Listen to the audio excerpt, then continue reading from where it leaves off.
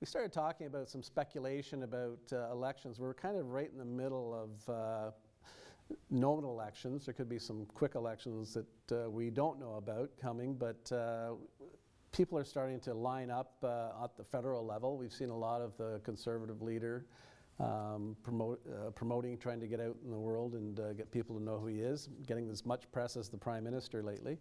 Locally, we've got one person who declared that she's going to run for the nomination for the Conservatives. That's Michelle, I want to say Leahy, that was her name, but it's Ferrari now, who actually I think used to be on a show here in studio on Cogeco.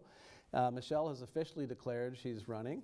As we've learned, you don't have to have experience in politics to run for politics. We've seen that here in the Peterborough area and other places.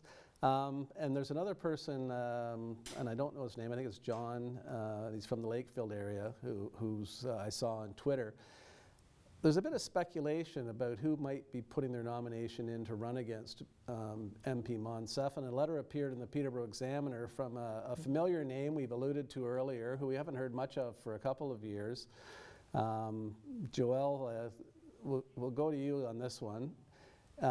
Someone suggested to me that maybe the former mayor might be looking to take a crack at the Conservative nomination. Could that be the motivation behind this letter about affordable housing that he put in the Examiner?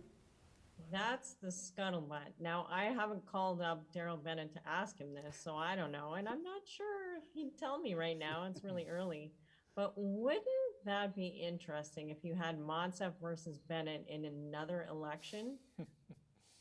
It could happen, everyone. We don't know, but there's probably others that are waiting to announce that they're going to seek that Conservative nomination too. This could get really, really interesting. Well, if our viewers haven't read the letter, it basically was questioning whether or not the MP Merriam had indicated she wanted to see 2,000 houses, affordable housings built by 2021, and certainly there has been some progress made, but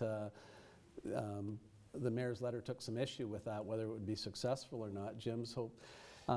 Yeah, and it won't, I mean, I don't think, he's right. They're not going to get to 2,000 this year. And I don't think, and he also raised the point, and I didn't think the letter was aimed at Mary Monsef to start out with, and Daryl Bennett is a well-known hardcore Conservative, and so it wouldn't be surprising that he would write something like that. But the last half, or maybe even 2/3 of it, was about the need for the province, the federal government, the municipal government to get together and have a national housing strategy that really works. The Liberals have a national housing strategy.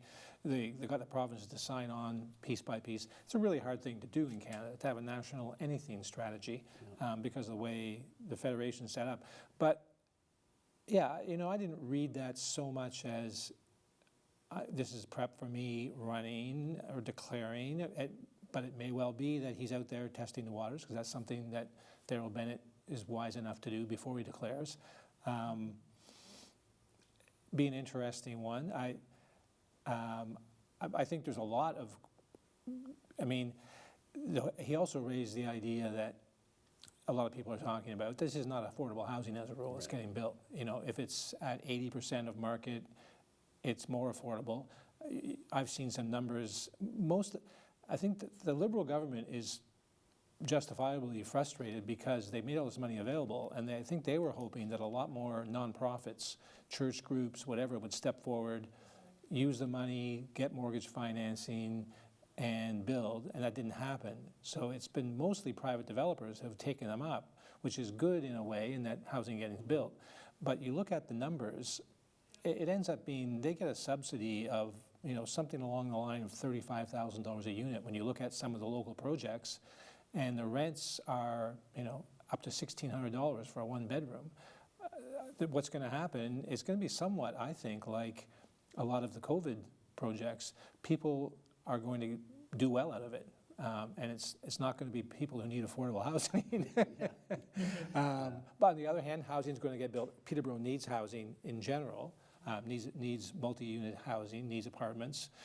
It fits in with the province's smart growth, all of those things. So, yeah, but it's not at the moment very affordable housing. Yeah, and I think there's an effort to try to get some geared to income housing, and the city council has approved about 500 units.